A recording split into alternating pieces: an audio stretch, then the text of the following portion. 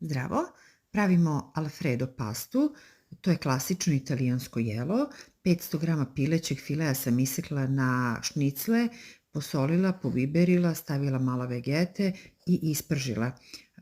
Isprženo meso sam ostavila da se ohladi, a na istoj masnoći dodala sam 3 čajna belog luka, 500 ml neutralne pavlake, 50 grama rendanog parmezana, malo vegete, soli, bibera, suvog peršuna.